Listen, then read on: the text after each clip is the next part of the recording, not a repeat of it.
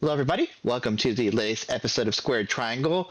Do not adjust your sets. We do exist. We did skip Backlash. We had a lot of scheduling issues, and let's be completely real with ourselves. Nothing happened on Backlash. We are going to briefly just touch on a few things. It was not a good show by any means. Like, it was, for a WWE show, it felt even more subpar at times. And I know people are like, talk about WWE on the show. It's like AEW sucks. And it's like, we talk about both, but we also, criticize and praise when companies deserve it. And Yes. WWE has just been phoning it in, and it's just been awful. You can tell where the AI is and where there isn't a person on the writing team. Yeah. It's it's bad. Yeah, I really think from that pay-per-view, the only thing that was any remotely worth talking about was Asuka and Io Sky, because that was a fantastic Once again, match. That was a fantastic match in an otherwise terrible pay-per-view. And once again, this is Io Sky saving a pretty below average pay-per-view, let's be honest. Io Sky does not get enough praise for what she does. Yeah, something I put about this is, by this point on the card, I had put it to 1.5 times speed just to watch this pay-per-view. Right. And that was the day or two after, so there was no real ads, and I still wanted it to just be over. Like, that's just kind of what I was feeling. I do appreciate that this match, that Io and Asuka got more time than a Roman match, which I was very happy about. So just going through here, we had Seth Rollins and Braun Breaker, kind of a weird match. Braun wins. Seth Rollins continues to try to one-up Ospreay by doing his spots and completely fails every time he tries. We go into Trick Williams with Little Yachty versus Sami Zayn. Trick retains. Pretty decent match, but I don't think it got long enough time to really get going. We have Miz and Kit versus Danhausen and Minniehausen, because clearly this was supposed to be a celebrity, and they decided not to put a celebrity into this match. If ever there was going to be a place to have a celebrity, it would be this spot right here. And then they they just found El Torito and put Danhausen makeup on him. El Torito came back as Minniehausen. But good for him. Like, get a paycheck, buddy. It was pretty funny. It was a pretty funny match. I will give it that. There's a place for comedy on shows, and this was a very good match for a comedy. We have the Asuka Io match, which is watchable, but is definitely not their best match, but is definitely still a watchable match. And then Roman Reigns and Jacob Fatu, where Roman retains, but at the end of the match, Jacob completely no-sells it, and they have to do a pull off of Roman with Jacob Fatu like just going crazy on him, which I think was a good way to end the card. It did just feel like a Roman match, though, unfortunately. Even with Jacob Fatu thrown in, I'm just like, man, if there was ever a time to just let Jacob Fatu do something big. Like, you're going to have him lose this match, but then still stand tall at the end. Like, just let him win the match. Like, it doesn't make any sense. That's true, but also, like, I'll take it, because clearly it means they still have plans for Jacob Fatu. We also had John Cena announcing the John Cena Classic, where it is a tournament where the people who lose the match can still win the tournament. So welcome to Whose Line Is It Anyway, where the points don't matter. Have we gotten any update on that, by the way? That's a really good, accurate description of that, by the way. Yeah, that's pretty good. Where the points are the points are made up and the results don't matter. Like, I will say, in that vein, that's kind of how all of this works. If you think about wrestling from like a top down, it's kind of how all of it works. Yeah. What gets me is that he had no announcement to make. They wanted John Cena on this card to draw eyes to this pay-per-view, and then they gave him some bullshit to promote. Like, that is what that segment felt like. So we advertise John Cena, we have to put John Cena on the show. And the worst part is, like, they're trying to describe this tournament, and it's like, okay, so what are we doing exactly with it? Is this supposed to be like, a Continental Classic with... It is a tournament or to get a winner of the tournament, but the fans can vote for the actual winner, which clearly is an AI generated tournament structure. Yes. Oh yeah, they use ChatGPT for this yeah, shit. for sure. Most for sure. definitely. However, you can tell. This is one of those things, because I don't want to defend it like it's because it's very clearly AI, but there's something to be said about the match being about showcasing the two talents. So if they gave them enough time, I would be okay with it. But they're not going to get enough time, and we all know that. They're going to be given WWE time. Like it's yes. Like if they were given like, here's 15 minutes, go show your stuff. Go crazy. You show your stuff and see what you can do. Then sure, fine. Okay, the fans can vote on it. Fellas, I got a serious question. Don't they already have a show like this? It's called WWE LFG, where these new newbies go on the fucking show to like showcase their stuff and then like have a panel the pros of superstars like judge them and decide that. Yeah. So did but I don't get to vote for them. Yeah. This is what I'm saying. Like it's literally the same thing, but only fans are voting for them this time. Yeah. Yeah. So, I don't get to vote for them. I'm confused here. Yeah, it's like it is clearly like a ChatGPT generated tournament structure. Yes. John Cena seemed to not even know what the fuck he was talking about when he was announcing it. Like I'm pretty sure they gave him the script and he's like, after saying it out loud, he's probably like, wait, what? You want me to sell this shit? So yeah, that was Backlash. It was not a good show. No. By any means. But we're going to chase that with Double or Nothing 2026, which is a good show, which is also a different take on a AEW show also. This had a different feel to it. I will say, you're saying like the WWE show is a chaser. I would argue, or sorry, you said the AEW show is a chaser. I would say with the length of time the WWE show went, this is the main drink that was a chaser. That's fair. Yeah. Yeah, this was in New York, so the New York Athletic Commission had some say in the matter, which is why they couldn't wrestle in the crowd during Stadium Stampede, and they couldn't do a lot of bleeding. So there wasn't a lot of blood in this pay-per-view either. John Moxley kicking a door down. Somehow, with those restrictions, they still put on a great Stadium Stampede match, and actually all of their matches just fucking hit, dude. Like, so they started, did anybody watch the pre-show? Because I did not. I do not think I caught the pre-show at all, actually. I know that Big Boom AJ got color, which was crazy. The man was and the man cut a backstage promo bleeding next to Big Justice or the Rizzler, one of the two, and the AEW sponsor for the show, which was the like cocoa water, like Vita Coco or whatever. But he did it next to a Coco mascot too, and I was like, this is perfect pre-show energy, if you're asking me. The thing I remember from the show is that there was who was it? It was like Harley Cameron and somebody else like arguing and like between the Rizzler. Yeah, there was that whole segment. I know that Divine Dominion had a tag match, I think, against TJ. Yep, if I remember correctly. TJ. Yeah. So getting some tag teams back into the women's tag division, which is always nice. The main card, however, we start off real hot tonight with Adam Copeland and Christian Cage versus FTR for the AEW Tag Team Championships in an I Quit stipulation. God damn, Christian Cage is so funny. His whole thing during this match was so good.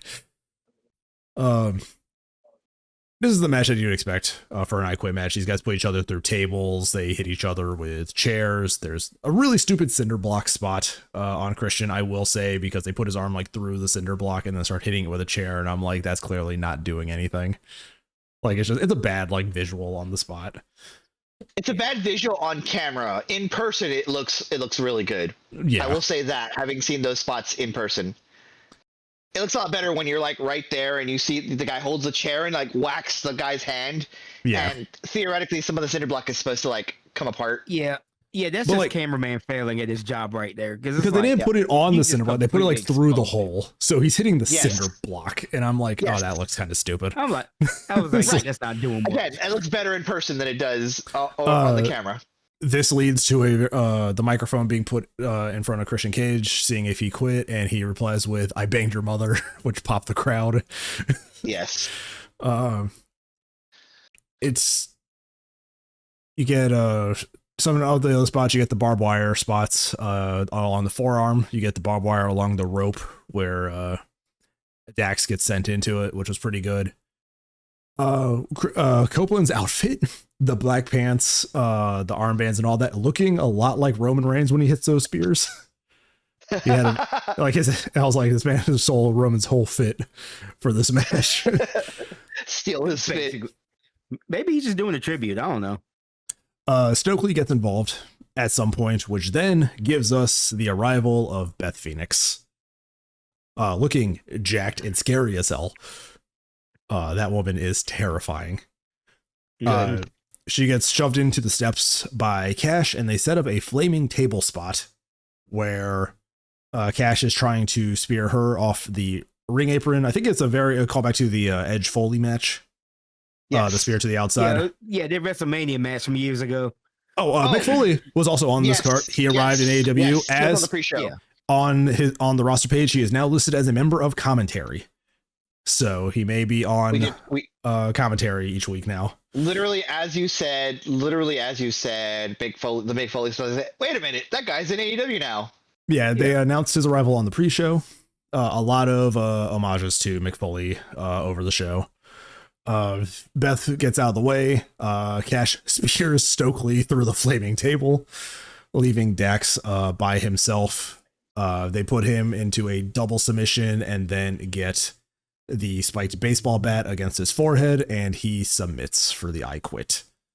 Copeland and Cage Stokely's so good, dude. Stokely is insane for doing that table spot, man. Like, I don't know if that was his idea to agree to doing that, but shout out to Stokely for that, man. That dude does everything for FTR. He really does. Yeah. Copeland and Cage now have the AEW tag team titles.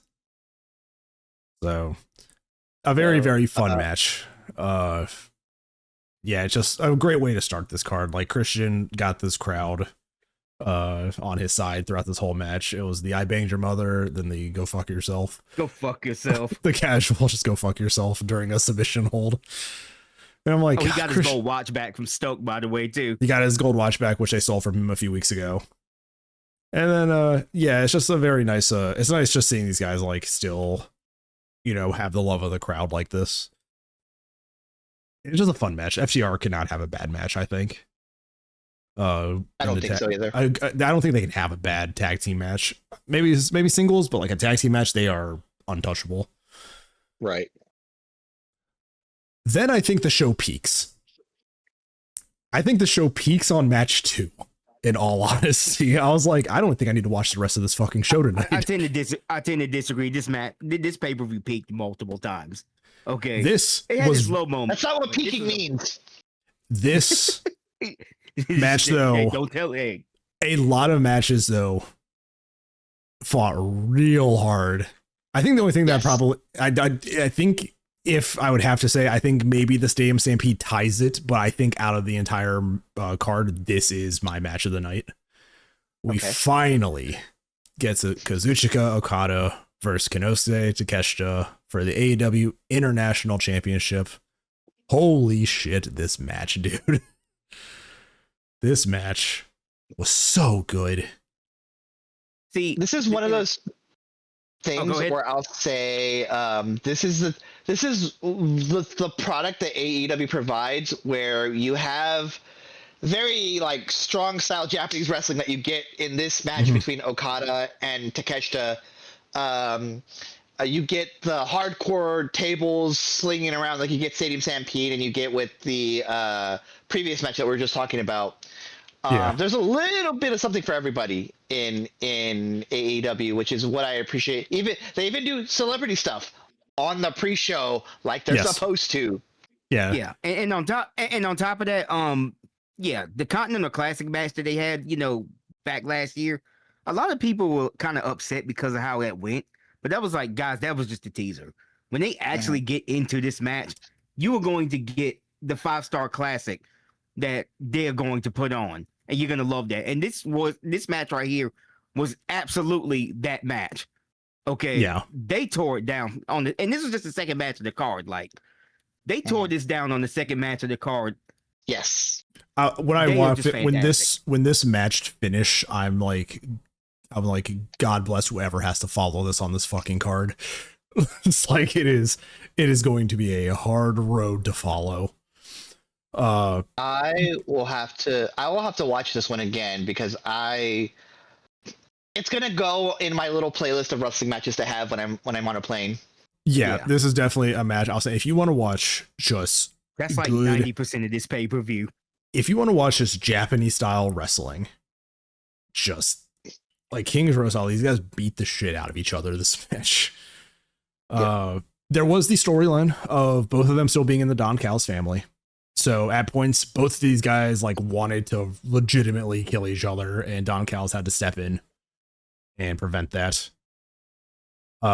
He stops Okada from basically breaking Takeshita's neck, and Takeshita repays it by hitting a brainbuster on the outside, whereas Takeshita then begins to start arguing with Don Callis. The crowd is chanting "fuck you, Callis," and he takes off his headphones like, "What did I do?" It was a really funny moment on commentary. It's very clearly Takeshita is finished with Don Callis and his bullshit. There's just a straight like deadlift of Okada 2 into a German suplex, which just shows like Takeshia's just fucking strong, like as a wrestler. It's just a great back and forth. The counter on the Rainmaker leading into a nice little exchange where he no-sells Okada's drop kick and hits a power drive knee that gets a 1 count. And this is towards the end of the match. Like, these guys are fighting, like, it's pure fighting spirit at this point. We get the knockout blow into Raging Fire, and Takeshita pins Okada. For the first time in 700 something days, Okada does not have a title in AEW. Which is an insane stat to think about. Yeah. Yeah.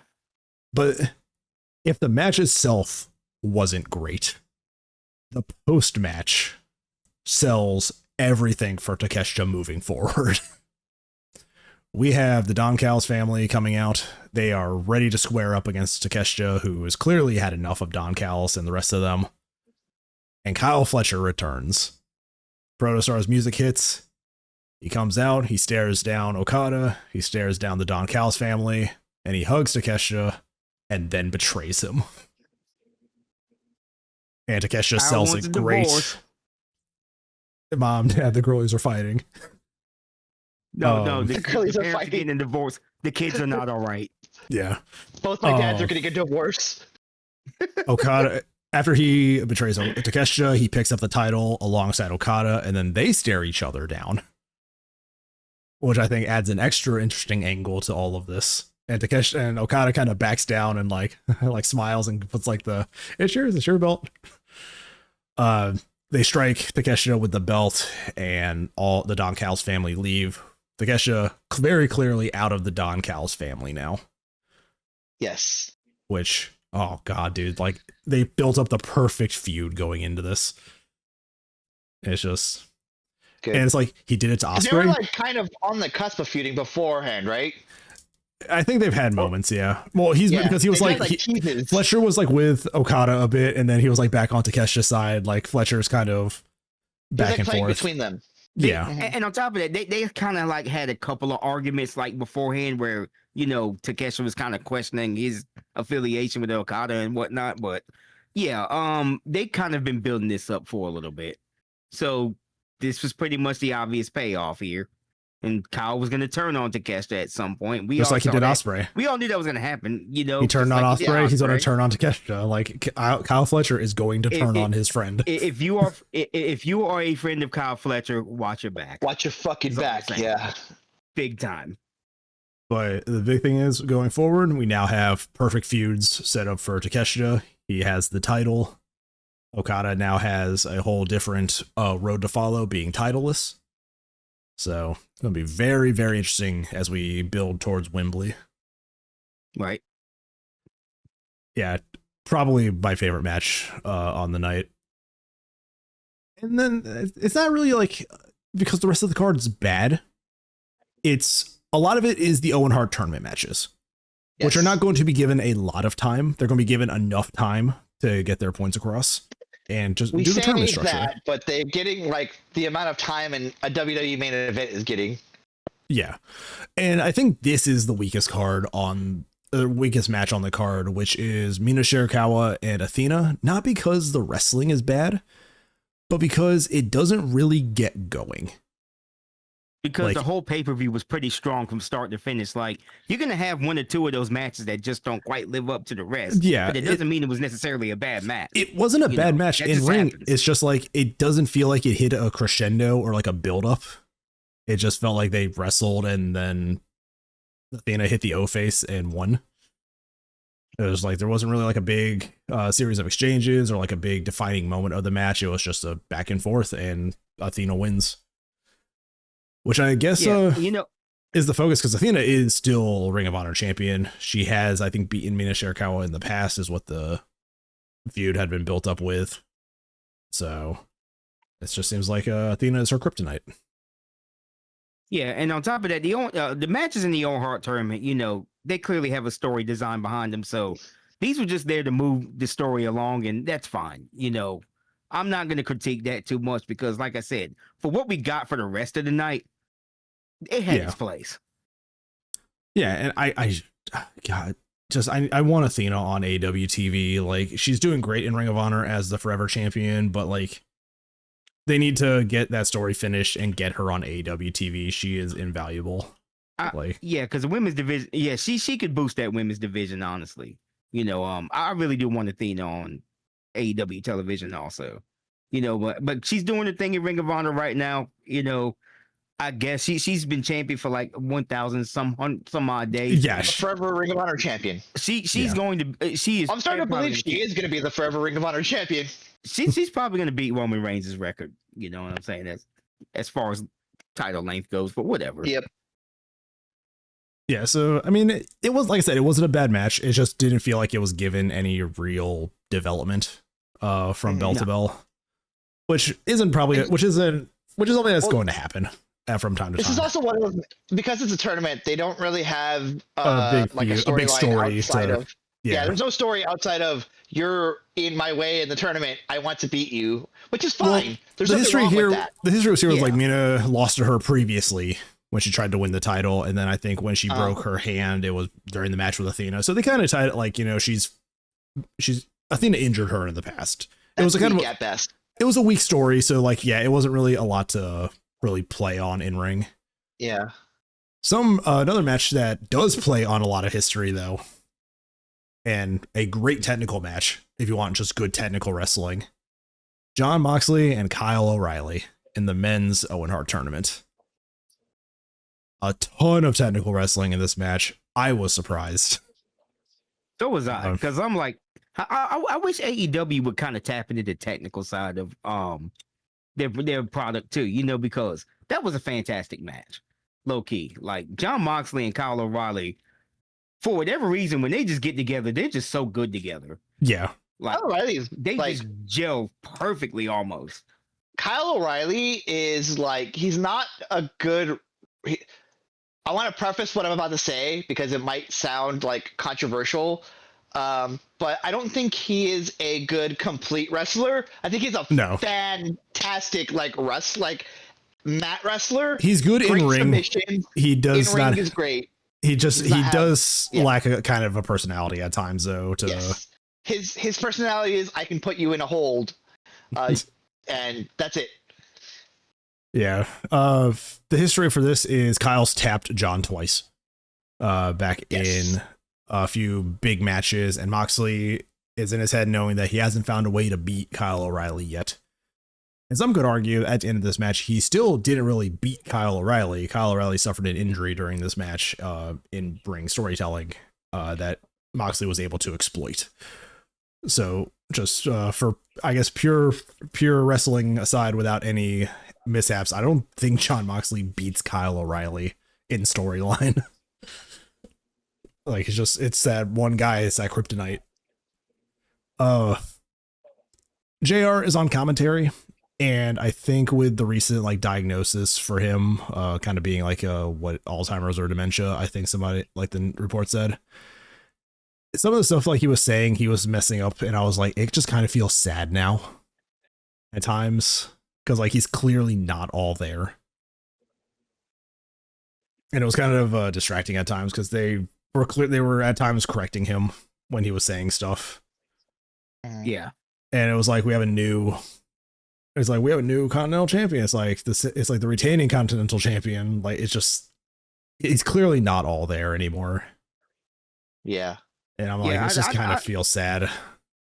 Yeah, I think JR's just kind of gonna do this job still until he can't do it anymore. But I think that day may be coming sooner or later where he just kind of can't do it anymore, because I'm telling you guys this right now. He already cannot.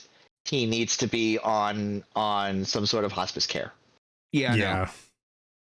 And that's what it seems like to me, because like going through, like listening to him on commentary throughout this match, it's just like, yeah, it's hard to listen to. He's doing it. Is. It's hard. It's heartbreaking also. It's, as somebody who grew up with his voice in so many like iconic lines, I actually had to like turn down the volume. Yeah, it kind of distracts a little bit from the match when you know like that information. It's just like, man, I want him to be here, but like he's clearly not like well right now. Yep. But the match itself, we have a really good technical wrestling match here. A lot of mat wrestling, a lot of strikes from Kyle O'Reilly showing off his MMA like training and stuff like that. The turning point comes when Kyle O'Reilly throws a kick and hits the ring post on the outside. He does really good selling on it too during the match, like trying to throw kicks and falling over because, you know, it's like, oh, I broke my fucking shin. Yeah. And the last like 10 minutes of this match is just like, it's just holds. It's just competing like ankle locks and arm bars. And we get to a point where they're both ankle locking each other, which I thought was pretty fun. It's always a fun spot. Moxley gets locked in though, and Kyle has to tap. One of my favorite submission spots that they do that I haven't seen in a while is the one where they're like going hold for hold, and all of a sudden one of them gets the other in like a submission where they're like all tied up, their arms and legs are tied up, and they're like in a little bow in the middle of the ring, and the guy's just like, what's going on? Get me out of here. Yeah. It's such a dumb like spot, but it's so funny at the same time too. Yeah. Yep.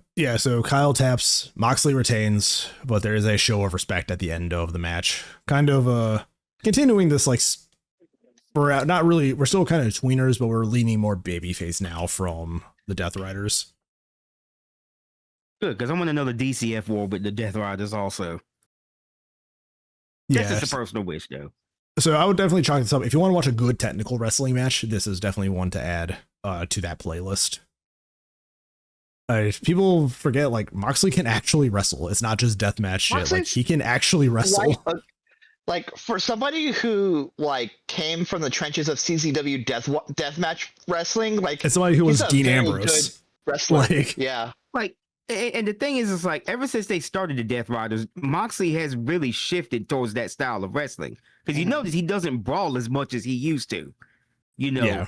And that's a good change for him, you know. I mean, he'll still do his moments, like he'll still bite people and stuff like that. He'll do the nail spot like up the back, like he always does. It seems like he is focused in more on his technical side. You know, we're seeing that a lot more in his matches, which that's a welcome change, honestly, for me. Yes, agreed, 100%. And that training, though, it is being taught to somebody in the next match. They are training Will Ospreay from being his high fly flippy style to more of a ground wrestler.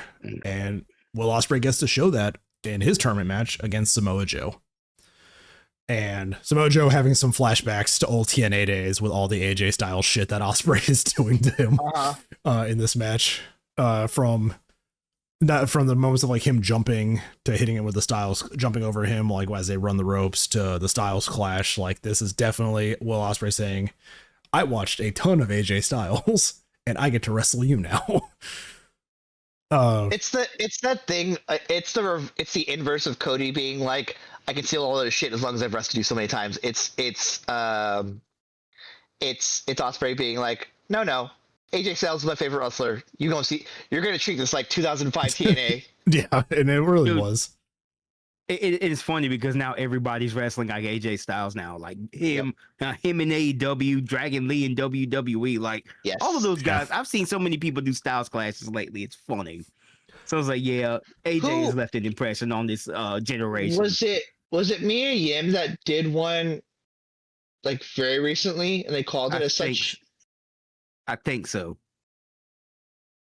No, I think so too. Mia Yim's still on WWE TV. Yes, yeah, she is.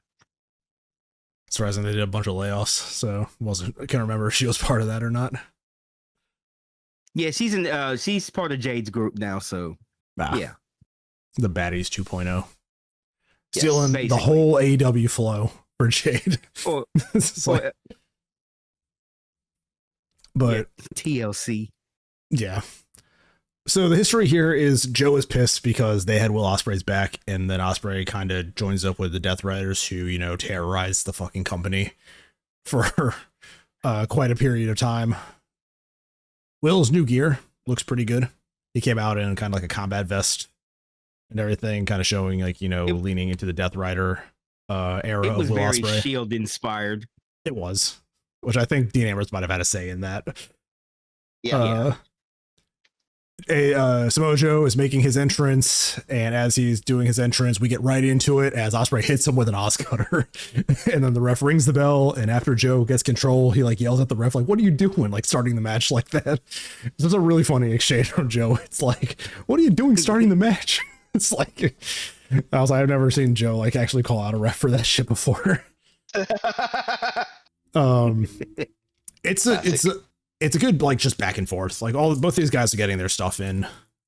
We even get an Oscutter get into the walkway spot that Joe does, which people never learn. People never learn. Stop jumping at Samoa Joe. He's just going to move. He's just going to move away.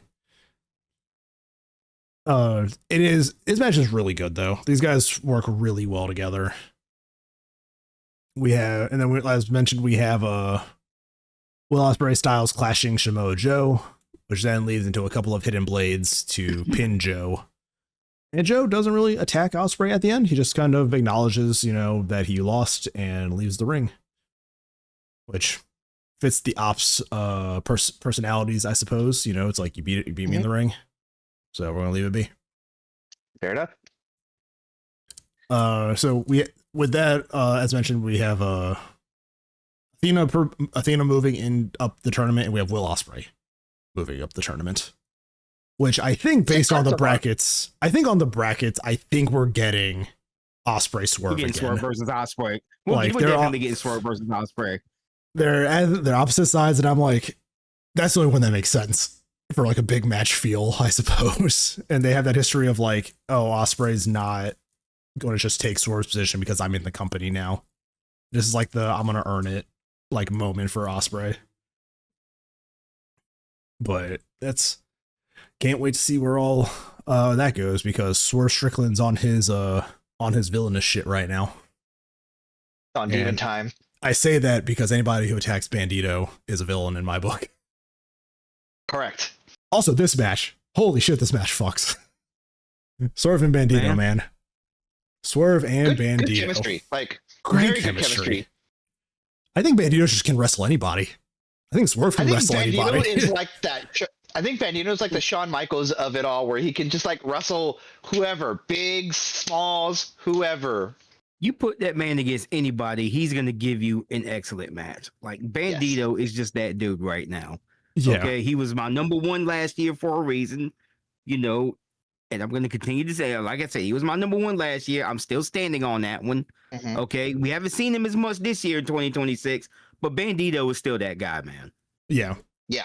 So this match also isn't just out of nowhere. This match had a really good like 2-week build to it, where it made you feel like these guys wanted to kill each other, which I was like, that is great to do in like 2 weeks to make this match have that kind of feel to it. Bandito arrives kind of taped up from the attack by Swerve Strickland after Supercard of Honor. So he's not losing clean. He is definitely going into this match injured, which is good to protect Bandito. I think it's just protecting him like this, like with a minor lingering injury, is a very good way of keeping him kind of on top of things. This match, just the bell rings, these guys just charge at each other and just start landing forearm blows. Like this match wastes no time getting started. My notes, I usually like did actual play-by-play, but I started just taking just moments from these matches. The standing house call on Bandito's shoulders was a great spot. That was ridiculous. Bandito almost fucking killing Swerve with the Hurricane Rana off the apron to the outside. Was sick as well. And then they did this one thing where I think they did like this pop-up hurricane reverse, like Hurricane Rana, and Swerve like lands on the top of his head. Oh yeah, Swerve like lands like straight on, like it's a poison. I think it's like later. Yeah, it's like a reverse Hurricane Rana. Swerve like lands straight on his fucking face, like in an awkward like face down. And I was like, God that damn, looked good. That looked good, but Jesus, that looked brutal also. Holy fuck! I put my notes here. Holy fuck, Bandito can sell this injury with like the whole body shakes. Like after that standing on the shoulder house call, like just like convulsing in the ring, it's like, God damn, Bandito. It's like that's the Bryan Danielson school of selling. Yeah. Exactly. And I don't think that man's a real person, bro. Like this dude does superhuman things out of nowhere. It's also another thing. Real person. It's also another thing. It's also yet another luchador with a mask who's also insanely hot under the mask. Yeah. You can tell. You can just like tell, like when, because the mask, like you see the jaw, you see the aura, you see like the jawline under the mask, like, oh, this man is handsome. Yes. We have Bandito going for the 21 plex to finish it. He gets caught into a vertebreaker, into a house call, and Swerve picks up the win. Good finish to this. Like the 21 plex into a vertebreaker was a great call. In New York, Swerve, a student of Homicide, winning the match with a vertebreaker is pretty good history for Swerve. Yeah, he's adopted that move lately because I know he's been using it a lot more. So yeah. He first used it on Omega and he's just basically adopted it. So yeah. It was in Ring of Honor, back when I first started to become smart about wrestling. Yeah. It was Homicide, it was CM Punk, it was Colt Cabana, and probably Low Key, unfortunately. Who were my four that I were like super into at the time. You can't you can't talk about early Ring of Honor without mentioning Low Key, even though Low Key is kind of he's out there. Wonder what happened to that guy. He doesn't seem to be in any big promotions right now. That's because no one wants to hire his ass. Yeah.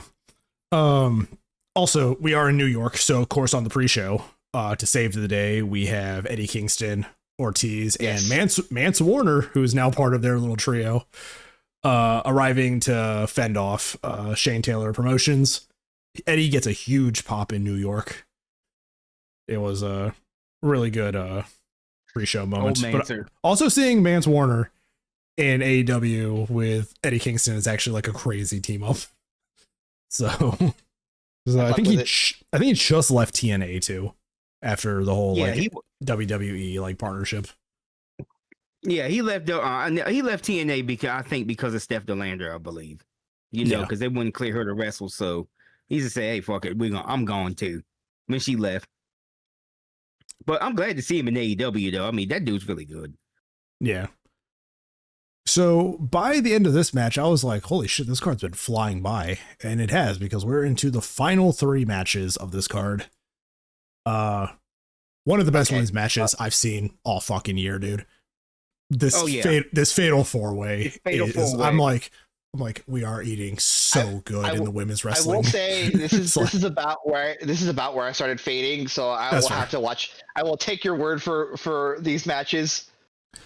So this fatal 4-way is Tekla, who's currently champion. She comes out first. Don't like that. Just that's my little gripe. Champion should always be last. That is always my thing. Yeah, champions come out last. Champions come out last. They don't come out first. If you're not going to put them on last, at least third. Like they need to be later in the thing. But we have Tekla, Jamie Hayter, Hikaru Shida, and Chris Statlander. And they're still doing it. They're still doing Jamie Hayter's like fake bar setup, which I pop for. It's just a really funny backstage thing leading out to the ring. We have the Statlander Shida tag team going into this match where, by this point, they're probably going to fall apart. And they do. This match is so good. And seeing Jamie Hayter and Chris Statlander beat the shit out of each other. I was just like, more just in my veins, dude. It's like in my veins. What I liked about this match is that the bell rung and all three of them jump tackle.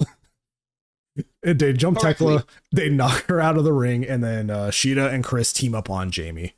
And then when you get the Jamie Chris striking each other, we get the meat chants from the crowd, which I popped for.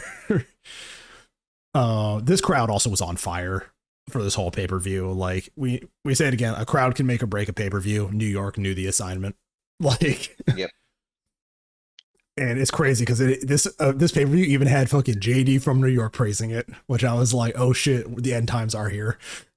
It's like, oh god, like JD from New York was glazing this event too, and I was just like, oh, that man must have rent due. Like the notorious Paul Levesque glazer himself. The Twitter interactions need to go up. I need to pay my rent this month. Yeah. And he's gonna come back later and be like, "What? I praise both companies. What are you talking about?" That was his argument, I think. Yeah. Yeah. There's a really funny moment of Tekla taunting and trying to crossbody both Chris Statlander and Jamie Hayter, but they catch her. And then Hikaru Shida jumps off the turnbuckle and drop kicks Tekla to knock to knock Jamie Hayter and Chris out as well, which was a pretty good spot. Tekla tries to do something to Chris. I can't remember, but Chris gets her onto her shoulder, and you hear Tekla go, "No, not again!" And then she gets slammed face first into the turnbuckle. Amazing. And I was like, oh, somebody posted, it was like, "You think Tekla's a good wrestler and an actor? This woman has an MFA. Like she has a degree in the fine arts. Like she is a star. Yeah, like she knows how to go from like evil villainous character to cartoonishly funny in 0.5 seconds flat. Yeah, and that's what I appreciate about Tekla, man. Tekla's great. I've come around on her. She was like, as I drop a lot of shit. She was like abrasive to me at first, but I've come around on her. Like she's very interesting and can wrestle, crucially, which is kind of the requirement for being in AEW at least. Can Clark Connors fight? I'm just gonna go on record and say this: like, of all the champions in women's wrestling right now, Tekla is quite possibly the best women's champion. She is a total package. She is a total package, bro. Yes. Like, I don't think I can say enough good things about her. I really can't, because she just does it all, man. We get a great little spot with all four women, all of them just chaining their hits together, hitting moves, hitting finishers on one another, and then it ends with just Jamie and Chris colliding in dual crossbodies in the middle of the ring. Yeah. Eventually, Shida hits Chris with a knee strike while going for Tekla, which pisses Chris off. She gets back into the ring, and it starts to fall apart for Shida and Chris, and we eventually they come to blows. Chris hits the Saturday Night Fever, goes for the pin, and is nailed by Shida with the fucking kendo stick. Tag team's officially dead. Shida and Jamie start brawling on the outside and take each other out. Tekla nails Chris with a stomp, and picks up the win, and Sheeta looks pissed on the outside for Chris losing this. And again, as we record on a Tuesday, we're not on a Wednesday this week. We're on a Tuesday or a Monday. Am I losing my mind? No, it's Tuesday. They did announce that the Sheeta Chris match tomorrow is going to be a street fight. So that is going to be wonderful. But they're getting right into them feuding with each other. Like right into it. They're like street fight, first match. It's like, because they're in Philly. But yeah, Tekla retains. I think it's a good option to have her retain. I mean, these 4 women all deserve a championship run, but I think right now Tekla's on fire. And TJ would be an idiot to take the belt off of her right now. I think so too. Yeah, you can't. Yeah, you just can't take the belt off Tekla right now. I would say maybe at latest All-In. Who her opponent is, I have no idea, because I have no idea what they're going to do with Tekla going forward. You know, or what they're going to do to set that match up. Well, quite frankly, whoever wins the Owen, obviously. But, you know, oh, and by the way, side note, Willow Nightingale is out of the Owen Hart. They are. She suffered a shoulder injury. Yeah. Somebody did mention it on Twitter that reports are they will announce something about the TBS title tomorrow. Yeah. So as of recording, the stipulation is that it's going to be probably a vacated title, and they will do something for it. Yeah, and on top of that, there is a wild card spot in the tournament now that is anybody's guess at this point as to who that is. Thunder Rosa, please bring her back. I hope so. We've seen her a lot on TV lately. She's been on TV, and I think she's been mostly in Ring of Honor the last few months. Yeah. Just anybody but the fucking dentist, please. Anybody but fucking Britt Baker. Oh man. It could be Mercedes. She's been out for a while. That probably might be my guess too, honestly. That would be a perfect spot for her to come back in. She is come back like disheveled. She is no belts Mercedes at this point. So she'll have something to prove. Do you want to watch a wrestling match that is equal parts spots, comedy, and fan service? This fucking match, dude. Like, they could not brawl in the crowd. That was one of the limitations. So instead, they decided to have a stadium stampede with a bunch of cameos from other wrestlers. And just really funny spots and a really funny video entrance for each team.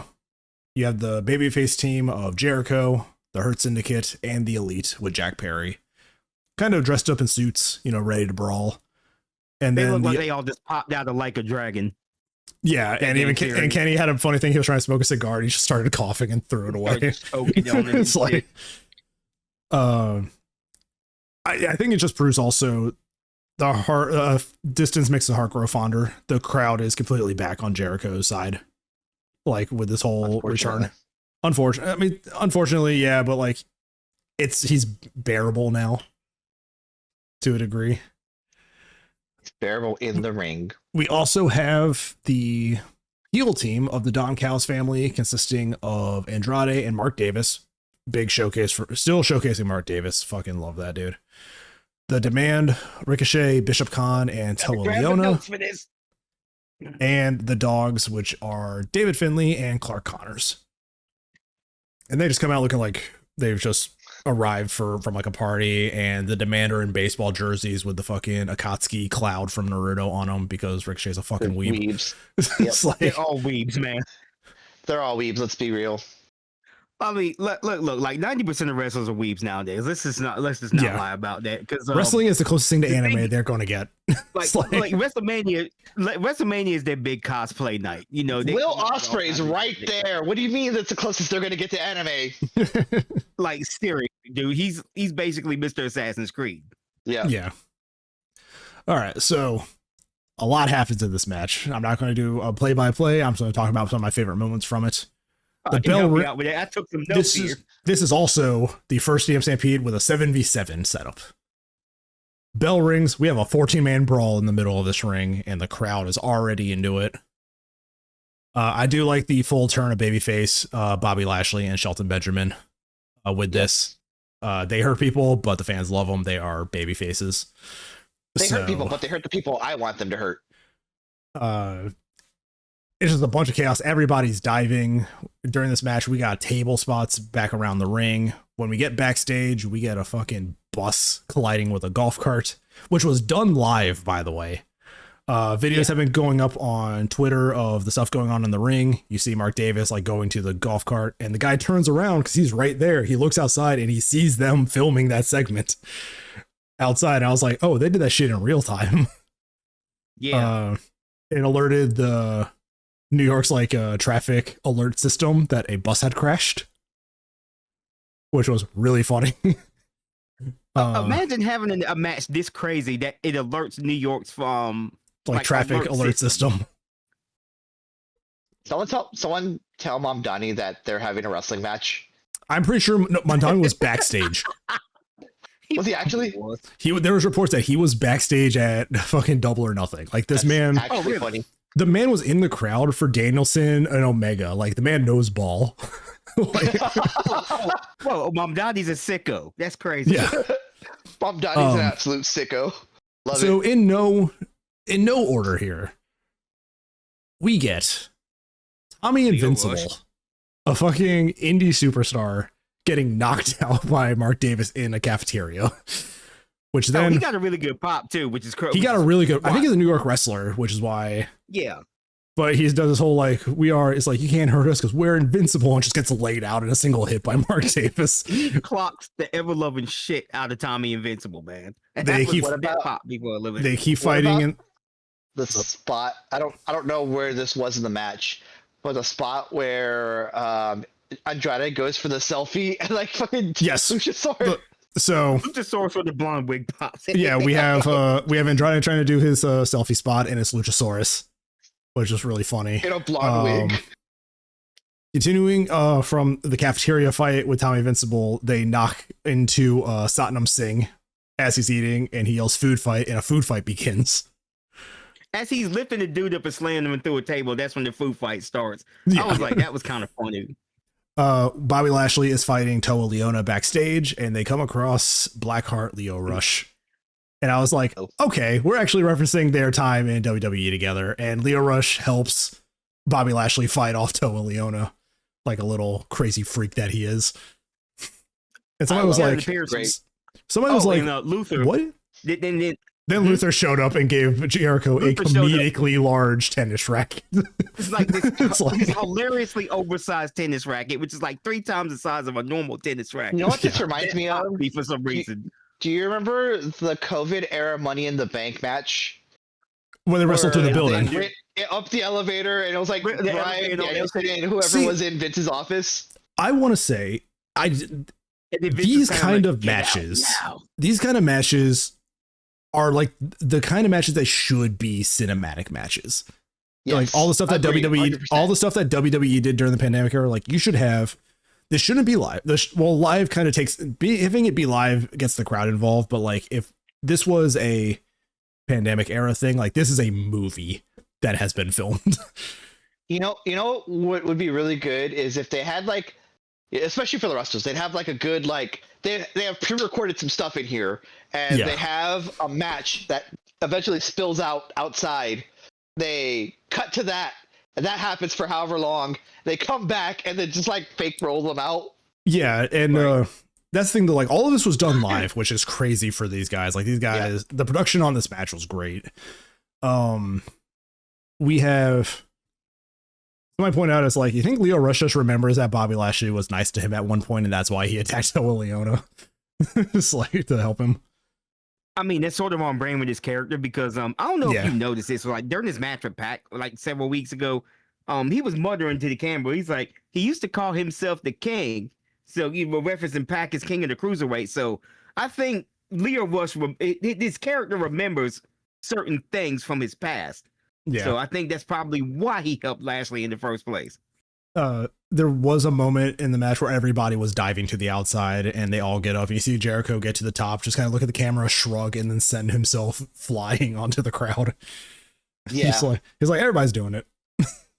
There were like 5 back-to-back like top rope hurricane rounders during this match at one point too. You also had Shelton Benjamin doing top rope dives too at like fucking 50. This man is crazy good for his age. Oh, that man was. Oh, he was back in 2002 with that one.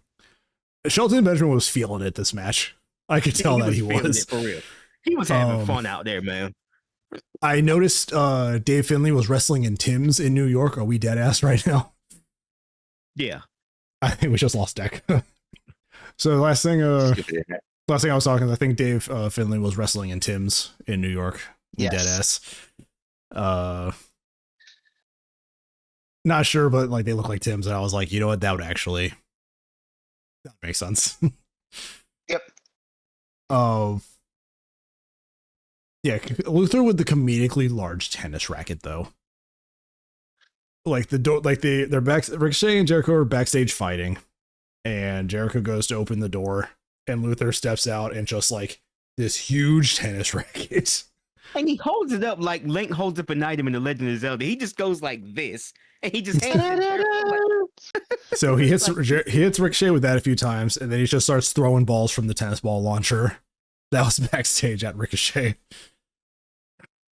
We get back into the ring after all of this. The Luchasaurus spot was still funny too, because it's like I was like, oh shit, that is Luchasaurus, and the commentary was like, was that Luchasaurus' sister?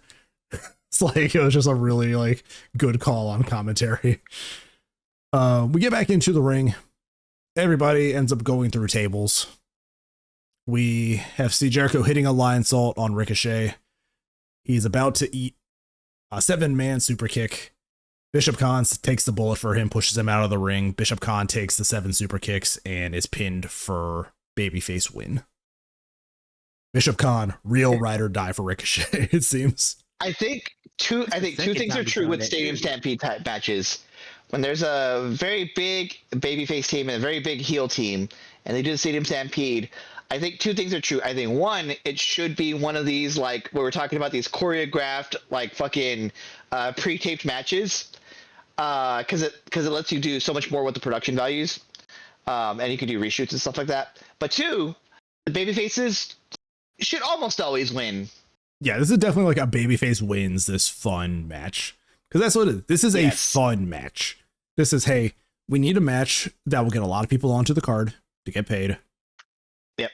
We don't have anything really going on with this. We can tie a bunch of storylines together by making like the super teams. Yep. And it's just, and with them not being able to fight into the crowd, they had to be creative, and that creativity paid off with a bunch of the funny backstage segments. Like, it really did. And they were doing, and the thing was, they were doing all of this with these restrictions that were put on by the New York State Athletic Commission. Like, you got to get really creative to get around some of those things the way they did and still make this match look really good. So I think they did a fantastic job with this match. I love this match. This was just pure, I love it. It's 30 minutes of pure chaos, man. I mean, this is all I ask for when we get these kind of matches. Yeah.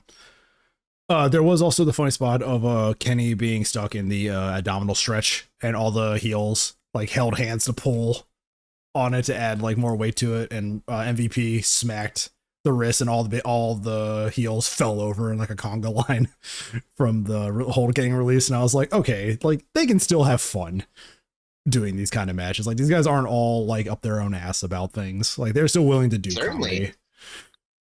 And I think that's what wrestling needs, is like not a lot of egos, just like, hey, you guys are going to have like very competitive matches, but this is just gonna be a fun match. Go out there, have fun. And they did, and it was a blast.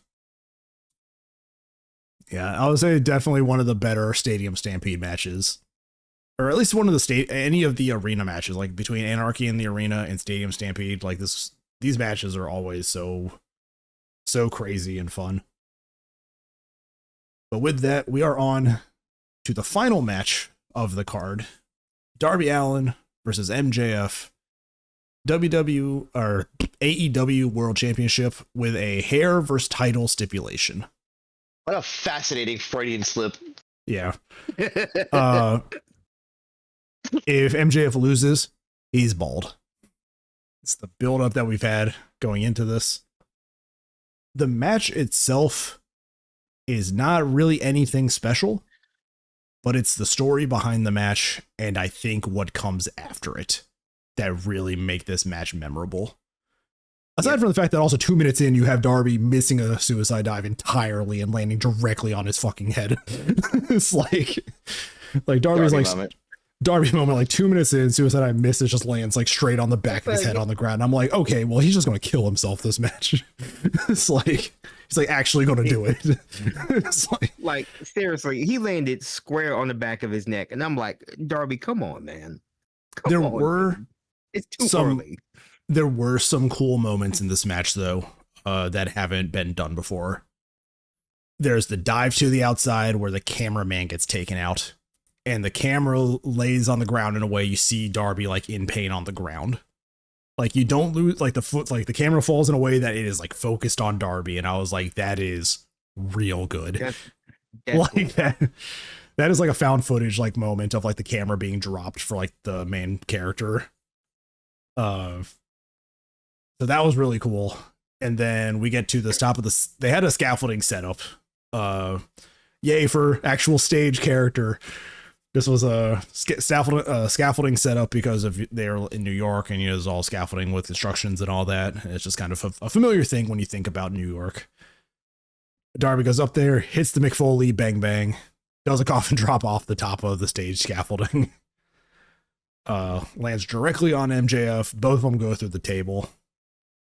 And by the end of this match, Darby and MJF are running on fumes. Darby, from his 7 title defenses leading up to this, his body's broken down, and MJF just not being built for this at times. When wrestling Darby, he's like, I am not built for this, man. It's like... this man is different. We get an avalanche pile driver, which is what puts Darby away. MJF wins the title back. 40 days is a good run. I still feel like maybe we hot potato this title a little bit the last like few months. A little bit. No, it's fine. Like Darby had like, but the story was like Darby destroyed himself getting to this point. Yeah, because during that 40 days they did tell that story, you know, and that's another thing about this pay-per-view also. AEW told a lot of good stories throughout this entire pay-per-view. Mm-hmm. You know, and everything from Kyle O'Reilly and John Moxley, you know, Okada to Caster, they told a lot of good stories, and it kept me interested in all of these feuds that have been going on. You know, this Darby and MJF story, this Darby storyline was absolutely done, you know, perfectly. You know, Darby had been exhausting himself with all these title runs. He's been going through the gauntlet for like the last 40 days. So I know, of course, he was not going to win this match. Okay, there was no way hell MJF was going to walk out without the AEW World Championship. What happened after, though? That was shocking. I think it was the most shocking thing, and it was like shocking in the best way, because in retrospect, you could see it coming, but you didn't have any idea like it would happen. We have MJF MJF standing over Darby while he's on the stretcher, like he did with Hangman a few months ago. Kevin Knight comes out to make the save, chases off MJF. I am here for a Kevin Knight MJF feud down the line. These guys were great, and he's doing what they normally do, where he's standing on the turnbuckle, you know, yelling at the heel and everything to close the show. And then he looks down at Darby on the stretcher, and from the top hits a UFO splash on Darby Allin, solidifying his heel turn. We have a heel Kevin Knight closing this show, and I was not expecting it. I'm here for it. I saw Speedball Mike Bailey's video of him reacting to it as it happened, and that's when I posted in our Discord. I was like, if they lock the fuck in for the story, we could have Naruto chasing Sasuke. Like, it's like going Sasuke. We could have it if Tony just locks the fuck in. Yeah, because like you can have it if Tony hires one weeb. Like they have been giving hints for weeks about Kevin Knight's heel turn. You know, he had been cutting way more promos than he normally has. He's been kind of doing these little rah-rah speeches towards Speedball and Darby and all that stuff. And I was like, This seems way out. There's something going on with this man. We had Swerve a month back saying that if he wants to walk among the killers, he has to be a killer. And I think that was a seed planted also. It started, I think it started right there with him. Yeah. You know. But a heel Kevin Knight is a change that I did not know I wanted. I'm here for it. I want to know where this leaves Jet Speed as a team. That's what I want to know too, because it's like Jet Speed is kind of up in the air right now. But I guess we're about to find out here shortly. This show ended a few AEW relationships. They broke up Protoshita and they broke up Jet Speed. It's like everybody is breaking up and we can't handle it. It's like the Transformers movie in 1986 where they killed all our favorite Transformers. Yeah, buy toys, new characters. Like, fuck, man. That's trauma. I have seen mixed reactions to Kevin Knight heel turn. People in bad faith are saying he is not ready for the main event scene, and I asked them, have you watched anything with Kevin Knight? He's been ready 6 months ago. Like this man was ready for the main event scene months back.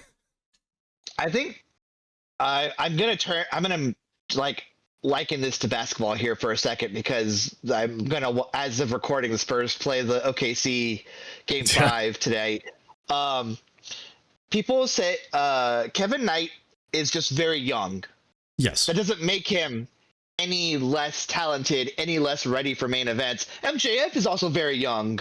Yeah, to be the world champion right now. To that, I say this though, that's when you're supposed to build main eventers, man. Yes, you're supposed to wait till in their mid-30s. Come on, don't make them wait to be Jericho's age.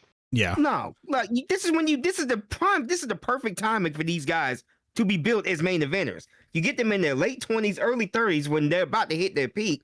Both physically, mentally, all over. I don't know where people get this idea from that you can't build main eventers until they're like 35 or 38 years old. Well, that's a mindset that people have drilled into them, and they seem to forget there's other ways of doing this. Stupid though. The problem is that I'm gonna get on Kevin Knight's wiki page just for a second, because I want to see where he's been, because he's been wrestling since 2019. He's been in New Japan as a young lion and all of that. He's had plenty of time. He's been on CMLL. He's been in Impact Wrestling. He's fine. He can do it. I think with MJF being world champion, with Kevin Knight being in the main event scene now, entering it with this, with Takeshita holding the title and Kyle Fletcher, a ton of their top acts right now are under 30.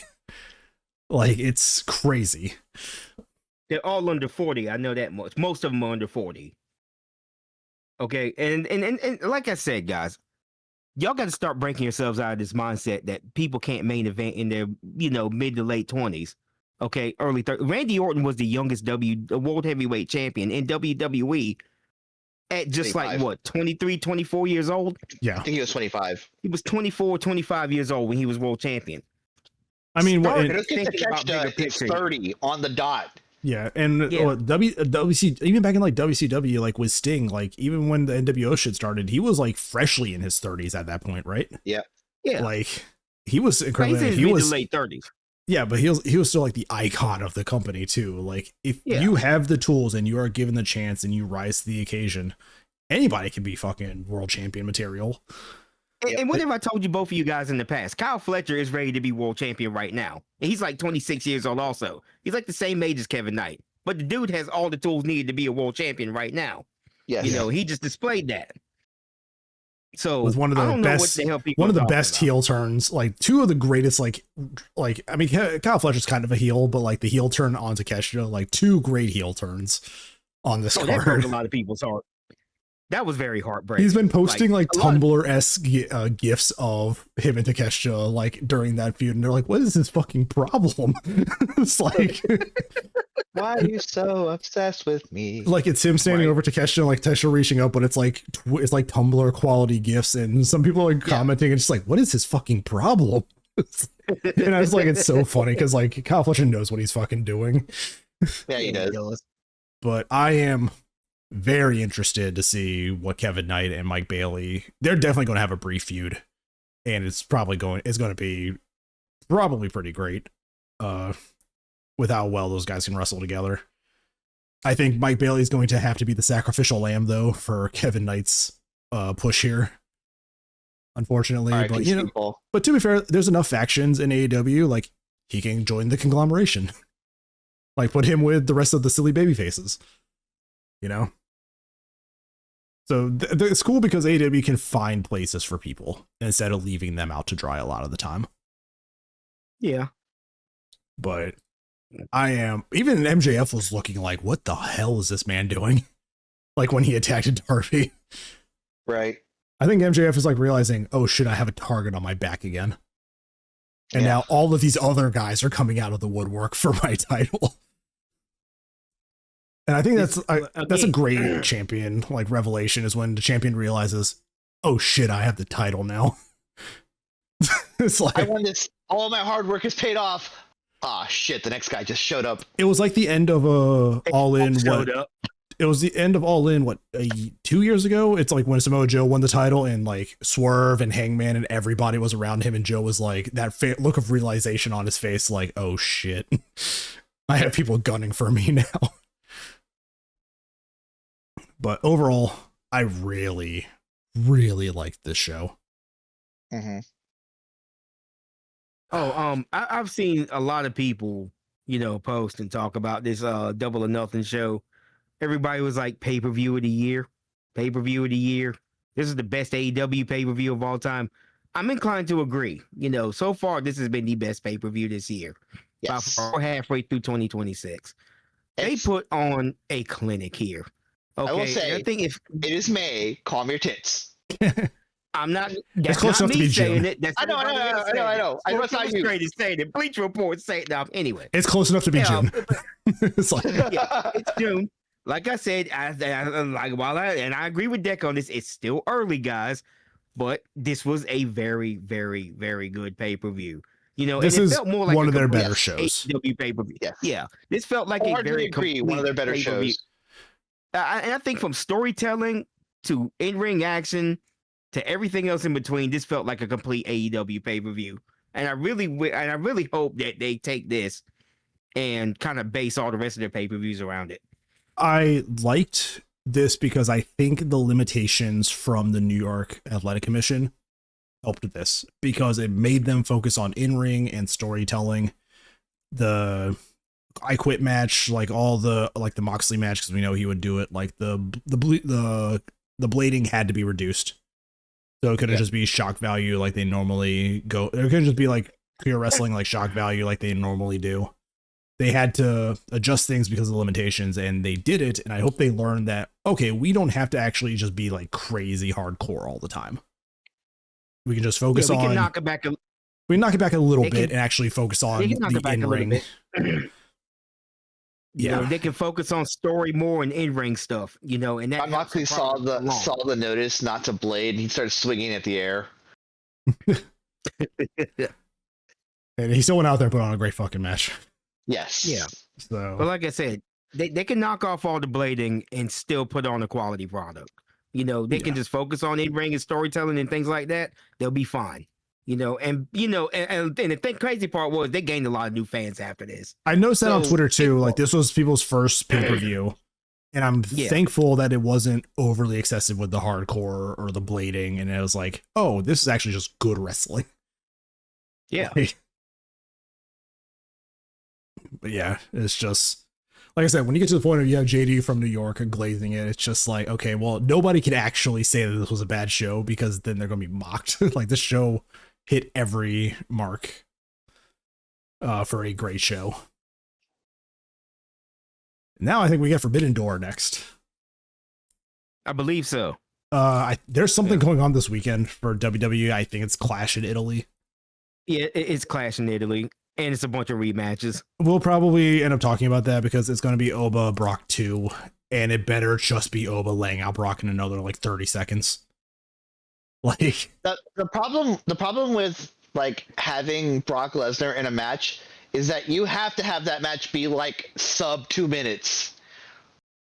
I just like I want Brock to talk his shit. I want Brock to talk his shit. Kill him. Yeah. Yes. Talk his shit. Get laid out. Yes. Like, you either kill Brock Lesnar in under 2 minutes, or you get killed by him in under 2 minutes. But you can't, like, one or more people are going to start being gassed after 2 minutes. Yeah. Yeah, but, like, and on top of that, go ahead. But on top of that, I don't think Brock's gonna lose this match though. They're not, because they're going to build to the next thing. They're gonna set up towards the third match where Oba actually fucking retires him at SummerSlam, maybe. So yeah. I don't know. I hope I'm wrong about that, but you know, it should just be. It should just be they get back into the ring and Oba lays him out in like 20 seconds. I would love it so much if Oba beats him, and then they go for the SummerSlam match. Oba beats him again. And he's like, "Oh, I just can't beat this guy." And then it's like, all right, third time. We'll go to SummerSlam. If I can't beat you, I'll retire. And then Oba destroys him in like a minute. Like, yeah. Like I would love that. I don't need to see Oba starting to like lose. You know. No, I would. Like, why lose to Brock when you could be the Brock? You created one of the most literally overnight sensations. Yes. In the world. And in true WWE fashion, because it's not the guy they want to go with immediately. They do want to push Oba Femi, obviously, but they don't want to go do that right now. They want to go somewhere in a different direction right now.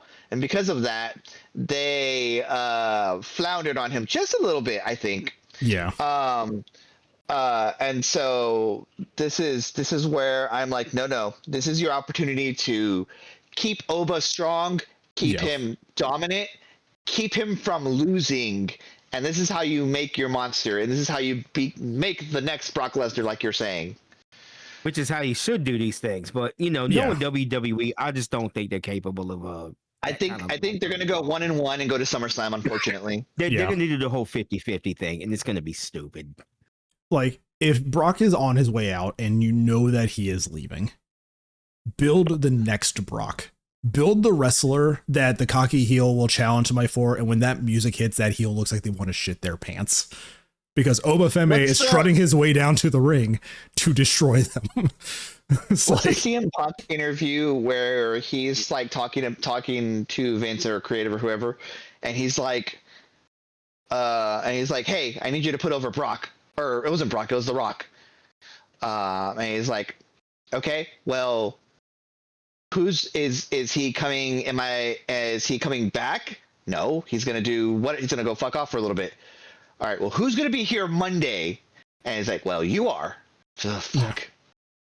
Yeah, it's just like the ChatGPT booking needs to stop.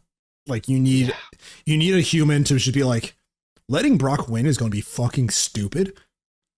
It's like, I think you also it's like the Japanese boardrooms that have the one American who can tell people that this idea is stupid. I think the WWE needs that. It's just they needed it for what's his fucking bucket in WCW. Somebody with a pen or pencil just needs to like look at the script for the day. It's like, we aren't doing this shit, and just start scratching it out. It's like you don't need to do it like Vince. You don't need to do it at the start of every show, like change the entire thing. But like, look at it and be like, that looks stupid. That looks stupid on paper. At least look at it on Sunday and be like, this sucks. You should be able. This out. We're not doing this. You need to. If I have a piece of paper, I don't have a piece of paper. But you need to like get the booking plans on Sunday night and just have somebody look at it and just be like, that looks stupid. Like, just read the thing on paper and just be like, does this look good on paper? No? Okay, let's change this. It's like, it's just like, Braun Breaker beats Rollins via interference. It's like, okay, that makes sense. Jade beats so-and-so. It's like, okay, that checks out. That's an enhancement talent for us. And then it's just like, Brock defeats Oba in 30 seconds. Somebody should just be like, red flag, red flag, red flag. It's like... Yeah, like literally draw red flags on that part. But then TKO is going to look at that paper and just be like, that's fine.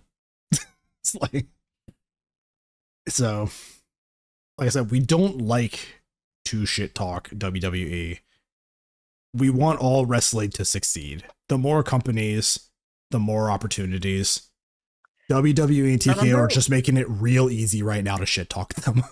Remember when WWE started doing that like one take cam shot and then AEW started doing it. That's the best example I could think of like, oh, this is actually going over like gangbusters. Maybe we should. But then do they this. stopped it, and then they they stopped it because they started doing drone cams or whatever. Yeah. But also, but that's what it is when something good is happening so much that the other company can't help but either emulate it or do the opposite.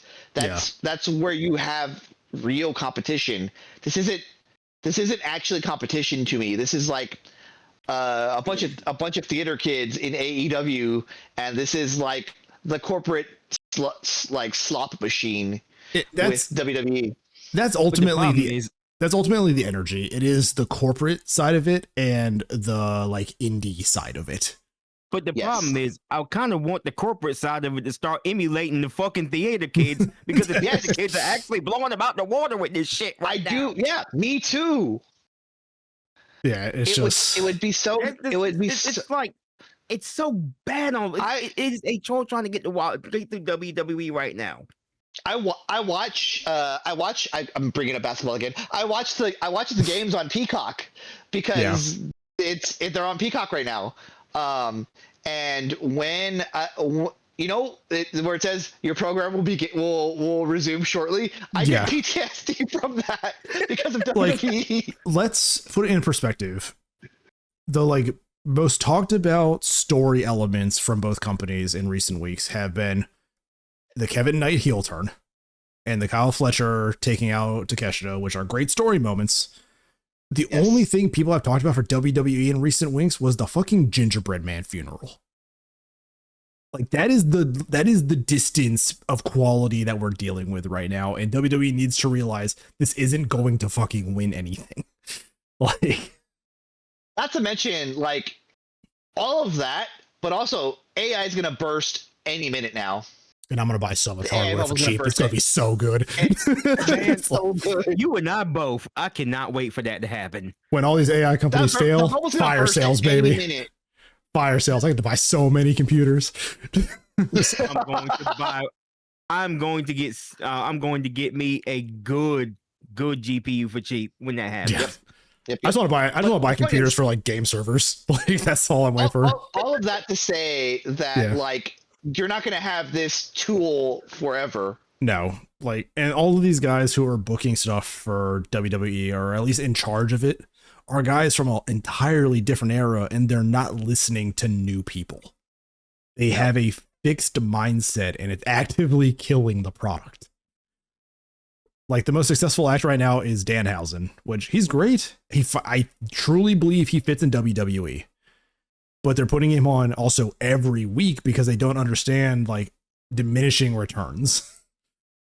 You know, they don't understand moderation when it comes to Danhausen, and that was my biggest fear with Danhausen.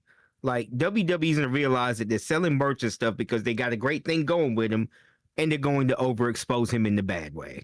Yeah, they're gonna put him on every single television program every single week. They're gonna put him on pay-per-view matches, which they did with Backlash. And granted that match was funny, but also it could have been a SmackDown match. And they're going to basically dilute this whole Danhausen thing to the point where people hate it. Because look at Jey Uso now. That's what happened. They did the yeet thing too much. People started hating it. Yeah. But I think that's kind of it. Like those are our thoughts right now on wrestling. Like we have, I don't want WWE to fail. Just I want to be better, and this show proves you can have great wrestling in this day and age. I would love so much if they can't tone down on commercial ads, at least put them like on the find more places to throw logos on the ring or around the ring or something.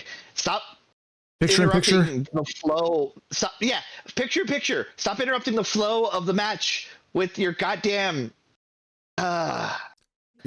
It's so annoying. It's very frustrating. Like that's what makes it the slog most of the time. This program will resume shortly. Yeah, I hate that shit. Yeah, but yeah, I mean, if you want to watch good wrestling, this is definitely like one of the better shows of the year. We are not going to be covering Clash in Italy. The time zone's just kind of fucked, and I won't have really a time to watch it. We'll probably talk about it after. We'll talk about it before Forbidden Door. So the next big thing will be Forbidden Door at the end of this month coming up. So yep. But yeah, that'll be it. We'll see you guys in a few weeks for that. Again, if you guys are watching on YouTube, we do have a Spotify feed if you just want to listen to the audio version. And if you have found us on Spotify, we do have a video version over on our YouTube channel. All of that is in the description of whichever site you are looking at. We have a ton of episodes for you all to watch, so you can kind of see the evolution of our thoughts about things. And these episodes do go up every couple of weeks, just whenever a PLE or a pay-per-view happens. We don't cover weekly stuff, we just kind of touch on it here and there. But yeah, we'll see you guys on the next episode, and hopefully with some very interesting changes to the wrestling landscape by that point. So I got nothing else, fellas. I'm good. I'm good too. All right, guys. We'll see y'all later. Later. Bye, everybody.